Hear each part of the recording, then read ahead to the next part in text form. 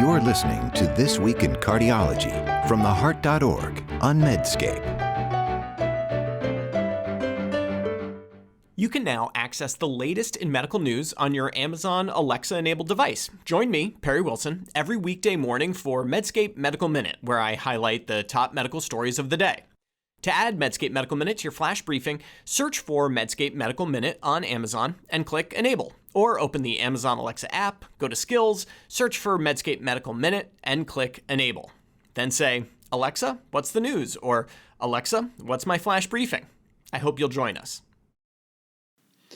Hi everyone, this is John Mandrola from theheart.org Medscape Cardiology, and this is This Week in Cardiology for August 13th, 2021. This week, COVID, vaccine-induced myocarditis, Watchman complications, SGLT2 inhibition, and cardiogenic shock. The COVID situation is really unchanged from last week. The cases due to Delta continue to rise, and hotspots such as Florida and Texas and Louisiana seem to be driving it. I live here in Kentucky in the southeast, and I've been following our situation closely. Early this month, we went from one COVID ICU patient to 11 in like 3 days. It was a shocker. But all week, in the last 10 days really, we've stayed steady at around 8 to 9 ICU patients. Like everywhere else, nearly all hospitalized patients with COVID have risk factors and are unvaccinated. And adding to the stress in our city, and maybe yours too, is that even before this uptick of COVID admissions, all of our hospitals were working at capacity with non-COVID related disease. So even this modest increase in admissions has stressed the system. We've had local news here report that all hospitals in our area have many unfilled staff positions. Some of our statewide bed crunch is certainly due to these staffing challenges. I would not want to be a hospital administrator these days. I saw a report that a medium-sized hospital in rural Kentucky, which already had staffing shortages, had a number of staff quit because of the vaccine mandates. I am pro-vaccine. I encourage my patients to take it. The harm-benefit calculus in adults clearly favors vaccination. The main issue, of course, is how to get more people to take the vaccine. And gosh, it is just so sad to walk through our ICU and see the unnecessary suffering. The main thing I think about every week when I write this section of the podcast out is how could we have done better with vaccine acceptance? What are the lessons to learn about public health messaging? All right, next topic, COVID vaccine myocarditis. Now, you may think it's strange that myocarditis keeps making the podcast, but it's not me. JAMA Cardiology has published another study, a case series of 15 children hospitalized with myocarditis after the messenger RNA vaccine. The lead author of this report was Audrey Dion, and co-authors were from Boston Children's. The kids ranged from age 12 to 18. The median was 15 years. 14 of the kids were male, 1 female. The symptoms began about 3 days post-vaccine, and all patients had chest pain as an early symptom. All of these patients had elevated troponins, and at the time of discharge, all of the patients still had elevated troponins. By echo, 3 of the 15 had LV global hypokinesis. By CMR, 3 patients had LV dysfunction, and findings were consistent with myocarditis were seen in 13 of 15. 13 of 15, LGE, late gadolinium enhancement, was noted in 12. Now the follow-up at 1 to 2 weeks post-discharge. 4 of the 15 were asymptomatic and had normalized their troponin and ECG. 4 of the 15 had persistent symptoms. 1 still had mild LV dysfunction. 1 had a recurrence of non-sustained VT at follow-up, and 3 had persistently high troponin levels. I will separate the author's discussion into the good news and the bad. The good news is that no kid required ICU, and all were discharged alive within 5 days. Left ventricular function mostly improved to normal, and only 1 kid had VT. Now, I know you may be wondering about calling that good news, but this is the COVID era. Now for the not-so-good news. And notice the euphemisms and jargon. I'm going to quote, CMR-LGE was a frequent finding at the time of diagnosis. In this clinical setting, LGE reflects an increased volume of distribution of the gadolinium-based contrast agent in the affected region, likely related to myocyte necrosis, and/or extracellular edema. Quote, in non-vaccine associated myocarditis, the presence of LGE is associated with an increased risk for adverse cardiovascular events during follow-up, end quote. Now, myocyte necrosis means cardiac cell death replaced by scar. Much of what I deal with in the EP lab is scar-related arrhythmia. Now, I want to be clear, CMR scans can definitely improve and normalize, but I agree with the authors, the long-term prognosis of these kids remains unknown, and I intensely want to push back on the characterization of any of this as mild, which I have seen in many media reports. A sore arm is a mild adverse effect from a vaccine. Cardiac injury due to inflammation, enough to warrant hospitalization and cause scar formation in the heart of previously healthy kids, is not mild. Even in the short run, these kids will be told not to exercise or participate in sports for many weeks to months. Their parents will worry. Calling this stuff mild crushes public trust. I think the better messaging is that this is a quite serious, but fortunately rare, adverse effect. I'm currently writing an academic paper that's under review on this topic, and I can't say much about it, but I will say that the harm-benefit calculus of the two-shot messenger RNA vaccination in healthy young adolescent males is immensely different from a 50-year-old person with obesity and hypertension. The take-home of the vaccine-myocarditis trade-off is not binary yes or no vaccinate adolescents. It is, should we study one shot in this group? Should we consider different formulations of the vaccine? Should we wait a bit and see what happens in the 4 to 6 weeks once Delta passes through? Will the Novavax be a better choice? All of these questions, I think, are reasonable questions. A mom of a 16-year-old star athlete asked me about this week. She had read the CDC data, and she was concerned about both COVID as a disease and vaccine-induced myocarditis. Next topic is Watchman. Now, I know you are thinking, come on, Mandrola, give us something different than myocarditis and Watchman. But again, JAMA Cardiology has published a very important paper on left atrial appendage occlusion with Watchman from the NCDR registry. The NCDR registry was mandated for Medicare patients, so right off the bat, it's going to be a far better data than the voluntary registries in which patients are enrolled at the discretion of the clinician. Always look at that, friends, whether a registry is mandated or voluntary. Okay, remember Dr. Joseph Bavaria's comments. Science tells us what we can do, trials tell us what we should do, and registries tell us what we are actually doing. The purpose of this study was to report on sex differences and major complications from the Watchman procedure. The study group was nearly 50,000 patients implanted between 2016 and mid-2019.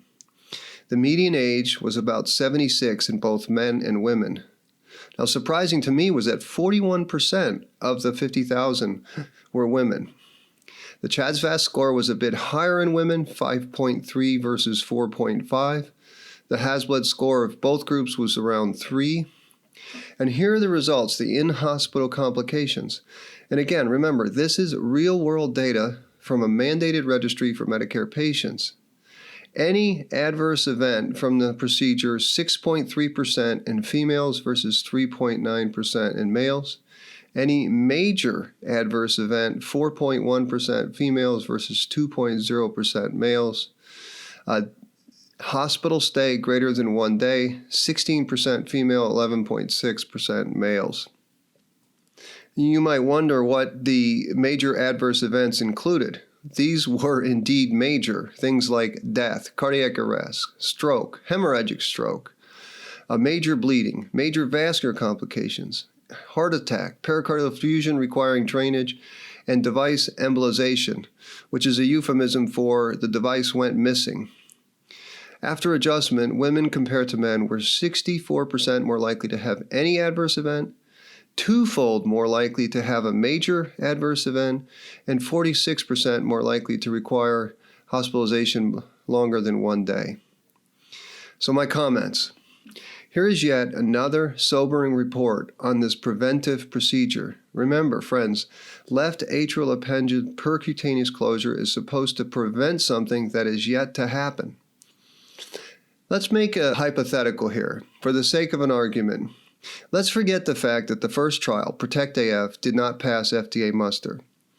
Let's also forget that the second trial, Watchman versus warfarin, Prevail. This trial missed non-inferiority in its first co-primary endpoint of stroke, systemic embolism, and CV death, and that was because of a doubling of the risk of ischemic stroke in the Watchman arm. Let's also forget that the major bleeding rates were similar in both the warfarin and Watchman arms. And let's spot the proponents of Watchman that there is a 1 to 2% net benefit in the future. There likely isn't, but let's just say there is. Let's just say there is. This data reports that a typical female Watchman patient starts the future probabilistic gamble with a 6% chance of any adverse event and a 4% risk of any major adverse event during the hospital stay. This doesn't even count the patients who come back with a bleed or late tamponade or device thrombus or stroke after a day or week or month. These are just in-hospital complications. Now, men fare a little bit better, but even they have a 4% risk of a major adverse event. So even if you bury your head in the sand and ignore the regulatory trials and you take a rosy view of future benefit of this procedure, every patient starts with a very significant risk of harm. Now, proponents might say that women do worse because of case selection. If docs were only a little smarter, it would not be like this. But of course, I would counter that logic by saying that the registries tell us what we are doing. This paper is a good use of registry data, and it provides very useful data to patients considering this preventive strategy. It is what it is. Now, proponents might say that most of the included cases were done at low-volume centers. Here at our Big Shot Referral Center XYZ, we don't have complications.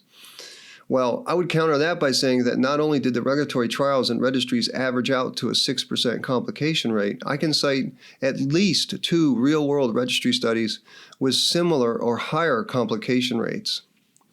And here's another worrisome thing. Complication rates from this procedure seem to be skyrocketing. I went back and looked at some other papers from the NCDR registry.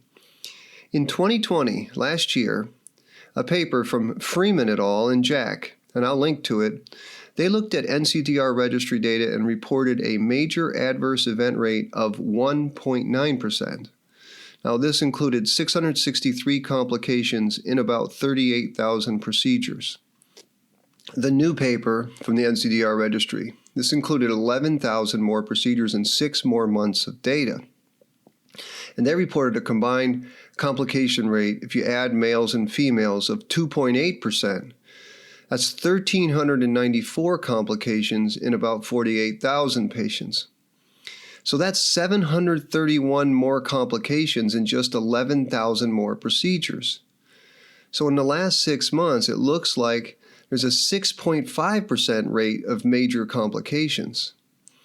Now, I've sent an email to the authors to comment on this huge rise in complications, but just going by the absolute numbers in the last paper, at minimum, it's a nearly 3% rate of complications if you take the total between males and females. That's a big headwind for any patient. And finally, 97 patients in this last study died in the hospital after this procedure. Nearly 100 humans died for a procedure without any proven benefits.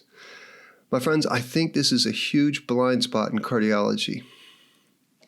Now, a couple quick short stories before I close. On dapagliflozin, the European Union announced that it has approved dapagliflozin to treat patients with chronic kidney disease who do not have diabetes, just CKD. This is based on the results of the DAPA-CKD trial, which randomized about 4,300 patients who had a GFR of 25 to 75 and an abnormal urinary albumin to creatinine ratio to either DAPA or placebo. The primary endpoint was a combined renal and CV composite, and it was reduced by about 39%. And additionally, there was a 29% reduction in CV death or heart failure hospitalizations and a 30% reduction in all-cause death. Now, at least once a week, I'm sending notes out to referring docs asking them to start an SGLT2 inhibitor. But of course, the biggest headwind for these drugs in the U.S. is cost. Recently, a patient sent me a note saying it was going to be $500 for a 90-day supply of DAPA. That was just simply impossible for this patient. This class of drugs just continues to impress me. These drugs are long past being thought of as a diabetic drug. Now, renal preservation, heart failure with reduced ejection fraction. In a couple of weeks, we will hear at the European Society of Cardiology meeting how much they improve outcomes in heart failure with preserved EF. That's right, a successful drug for HFpEF. Final topic today is on cardiogenic shock. Now, I don't know about how it is at your place, but at mine, people look at me like a relic when I ask, what about good old dobutamine in this patient with low cardiac output and cardiogenic shock? They're like, come on, Mandrola, everyone knows milrinone is better, especially in patients with pulmonary hypertension. Now, of course, recall that these drugs differ in mechanism of action. Milrinone is a phosphodiesterase 3 inhibitor. It increases cardiac inotropy. It improves cardiac relaxation and peripheral vasodilatation. Dobutamine is a synthetic catecholamine and it acts as a beta receptor agonist and improves blood pressure by kicking the heart and increasing cardiac output. Well, New England Journal of Medicine published this week the Do-Re-Mi trial, which found absolutely no difference between milrinone and dobutamine. The trial with the unforgettable acronym Do-Re-Mi was carried out at the University of Ottawa. First author, Dr. Rebecca Matthew. This was 192 patients that were randomized to either milrinone or dobutamine. The primary endpoint was a composite of death, cardiac arrest, transplant, or mechanical circulatory support, MI, stroke, or dialysis. The mean age of the patients was about 69. 1/3 of them were women. The median EF was 25%, and 2/3 were ischemic, 1/3 non-ischemic. Pulmonary artery catheters were used in less than 1/4 of the patients. Now the results. The primary outcome occurred in 49% of patients in the milrinone group, 54% in the dobutamine arm. The hazard ratio was 0.90, and the confidence intervals went from 0.69 to 1.19. The p-value was 0.47, not even close to significant. All of the secondary outcomes, death, cardiac arrest, transplant, mechanical circulatory support, stroke, dialysis, did not differ. ICU length of stay, not different. Normalization of lactate, not different. And arrhythmias, right? Dobutamine is supposed to be worse, no difference. Now, my comments. This is a pragmatic trial, and we need more of them. And kudos to the group at the University of Ottawa. And once again, the story is quite similar, isn't it? Milrinone had become the agent of choice based on plausibility. It should work, right? Weak observational studies and one RCT of just 36 patients. Yet the Do-Re-Mi trial found no differences in any major clinical outcome. And with a p-value of 0.47, you can say if there were no differences in the two drugs, the chance of seeing this data or something more extreme is basically a coin flip, not strong data. But my friends, there is a major caveat here. The biggest issue, and the reason I would hedge, is that this trial was powered to detect a large 20% absolute reduction in the primary endpoint with milrinone. 20%! Now remember, to detect large effect sizes, you don't need as many patients, and therefore the cost and burden of the trial is lower. That's good for the investigators. The problem, of course, is that if you underestimate the effect size and you recruit fewer patients, you could end up with wider confidence intervals and the possibility of not detecting a smaller but still clinically important difference. For instance, in this trial, the confidence interval of the hazard ratio of the primary endpoint went from 0.69 to 1.19. That means milrinone may have been 31% better or 19% worse than dobutamine. And when that happens, we say that the trial was underpowered. If you think about it in Bayesian terms, the strength of the data in this trial doesn't do much to change your prior. It's like a medical test that is equivocal. If you were skeptical that milrinone was better than dobutamine, you would stay skeptical of milrinone. You would say this trial makes it unlikely that there's a large benefit from milrinone. If you were enthusiastic about milrinone, you could make an argument that the lower bound of the hazard ratio went to 0.69, and a bigger trial may have shown a difference. Now, my take would be that dobutamine is a less costly drug. Given these results, in patients like those in the trial, it makes sense to choose the less expensive drug. Or at least, at minimum, we ought to change the prevailing prior dogma that milrinone is the obvious best choice. Now, finally, we don't even know whether inotropes do anything versus placebo in cardiogenic shock to begin with, and the investigators will plan a follow-up Do-Re-Mi 2 trial looking at inotropes with a placebo arm, and I think that's a smart thing to do.